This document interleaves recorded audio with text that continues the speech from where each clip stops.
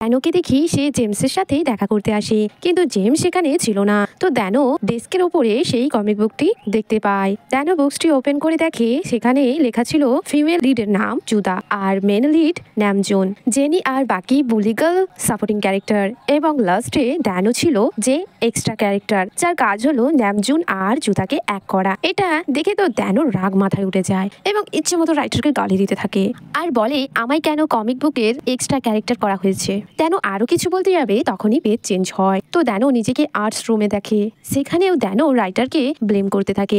Atlas side রোলও তো করতে পারতো। আবারও শুরু হয় কমিক টাইম, যেখানে টিচার ড্যানোকে মডেল হিসেবে বেছে নেয়। ড্যানো যখন উঠে যাচ্ছিল তখন সে পড়ে যায়, তার ধাক্কাতেই ন্যামজুনের পেন্সিলটাও পড়ে যায়। তো ন্যামজুন তার পেন্সিল তুলতে যায়, অন্যদিকে জুদাও তার পেন্সিল তুলে দিতে যায়, তারা আমনে সামনে হয়ে যায়। ড্যানো এগুলো দেখে আরো এংরি হয়ে যায়। তারপর দেখি ড্যানো মডেল হিসেবে বসে আছে আর টিচার সবাইকে ড্যানোর নোজ অ্যান্ড ফেস ভালো করে স্কেচ করতে বলে। অন্যদিকে ন্যামজুন তো জুদার স্কেচ ড্র করছিল, সবাই ন্যামজুনের স্কেচিং ড্র দেখছিল, সবাই তার প্রশংসা করতে থাকে। সবাই তো ড্যানোর দিকে একটু অ্যাটেনশন দেয় না। তো ড্যানো এতে বিরক্ত হয়ে একটি মূর্তি ভেঙে ফেলে এবং আরো মূর্তি ভাঙতে শুরু করে। সিন আবারও রিমুভ হয়। ড্যানো দেখে সে সিটে বসে আছে মডেল হিসেবে, আর যে মূর্তিগুলো সে ভেঙেছিল সব নর্মাল হয়ে গেছে। নেক্সট সিনে দেখি ড্যানো দেখে সামনে চেয়ার টেবিলগুলো হাওয়ায় উড়ছে। ড্যানো এগুলো রিজন জানার জন্য জেমসের কাছে যায়। ড্যানো দেখে জেমস সেই সিক্রেট বুকটি নিয়ে পড়ছে।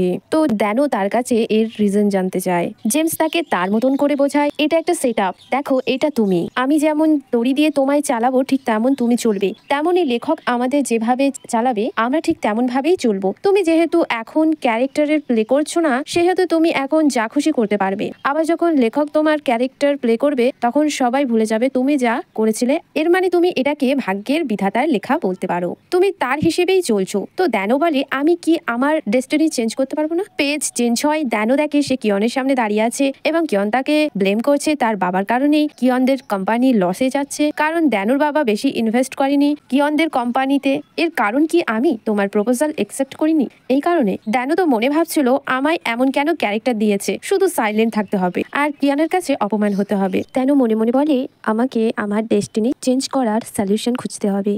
নেক্সট দিনে দেখি ড্যানো লকার থেকে কিছু জিনিস বার করছিল, তখনই সে ভীষণ দেখে সে সিঁড়ি থেকে পড়ে যাচ্ছে এবং তার পা ভেঙে গেছে। তখনই ড্যানো জেমসের কথা মনে করতে থাকি। জেমস বলেছিল তুমি কখনোই তোমার ডেস্টিনি চেঞ্জ করতে পারবে না।